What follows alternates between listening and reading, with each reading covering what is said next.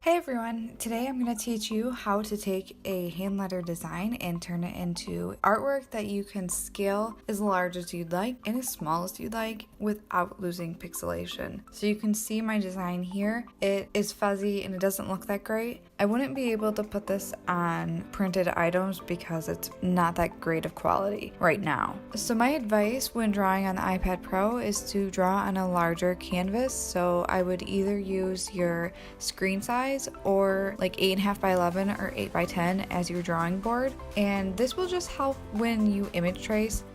So I've noticed that if I draw, for example, on a 5 by 7 canvas size, do the same exact thing on like an 8 by 10, the image trace result on the smaller canvas is a lot more funky and you have to do a lot more fixing up. So the first thing you're going to do is click on your image and then hit image trace.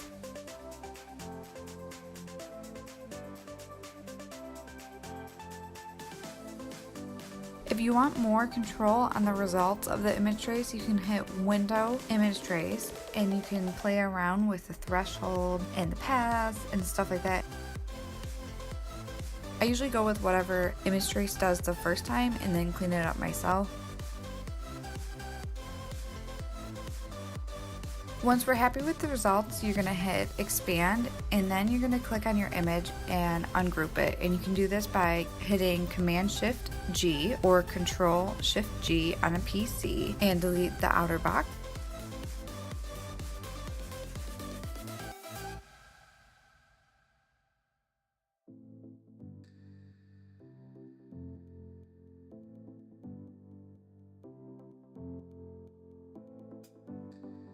So I put this gray box in the background so that you could see there are still some white elements, and if you hit Y on your keyboard, that's going to bring up the wand tool, and then you're going to click on any of the white portions and hit delete.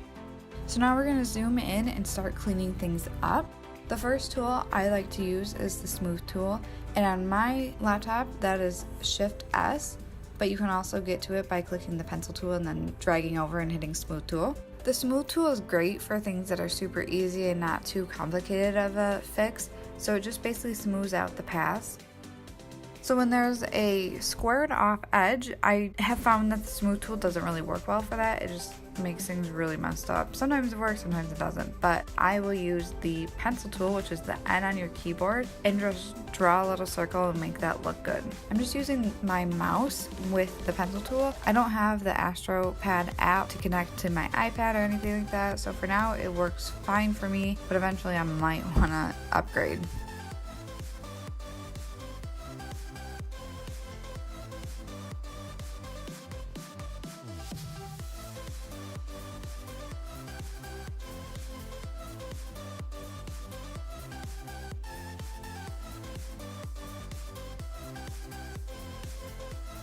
The next tool I'm going to show you is the curve tool. This is Shift Plus on your keyboard. You can also click on points that are already there and delete them. So sometimes when there's too many, it's just a simple fix is getting rid of one and it fixes up your path the way you want it to. You just have to play around with this. I used to use this exclusively, and then I found out about the smooth tool and the pencil tool, but it's still a great tool to know how to use. One thing to mention, that the curve tool is great for making things perfectly straight. So if you have like your guides on and stuff, you can put points on those lines and it's going to make, like, let's say for example an H or an I, it's going to make those downstrokes really straight because it's going to move your path right where you're putting the points. So after I add in some of these points with the curve tool, I go back with the smooth tool and kind of just get rid of some of them and make sure it's just clean. So now I'm just going to keep fixing this up by using either the pencil tool, the smooth tool, or the curve tool. The more points you have in a document, the larger the file size is, so it never hurts to clean things up a little bit more and get rid of some of those points.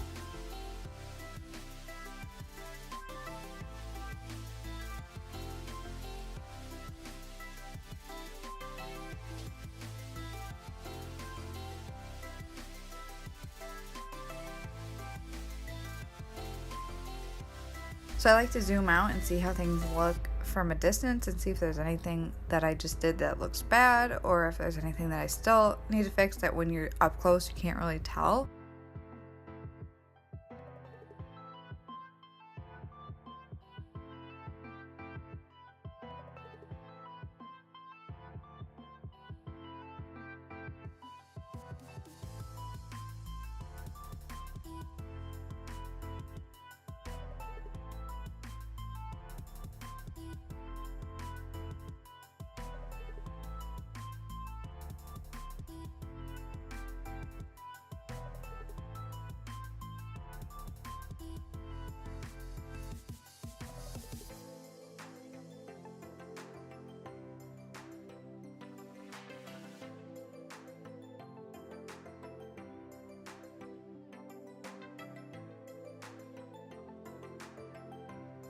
Okay, so once I feel like I'm pretty much done, I like to change the color of this, and sometimes that helps when it's not black to see some areas where you still need to fix.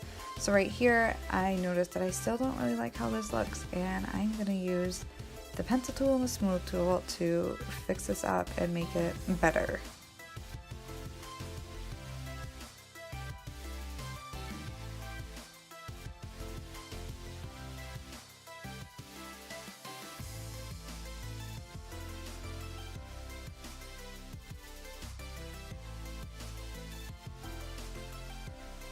My artboard is 8.5 by 11, and you can see that when I scale this larger, I don't lose any of the quality, and that is truly what image tracing does. It makes it so it can be scaled to a billboard or a business card without losing quality.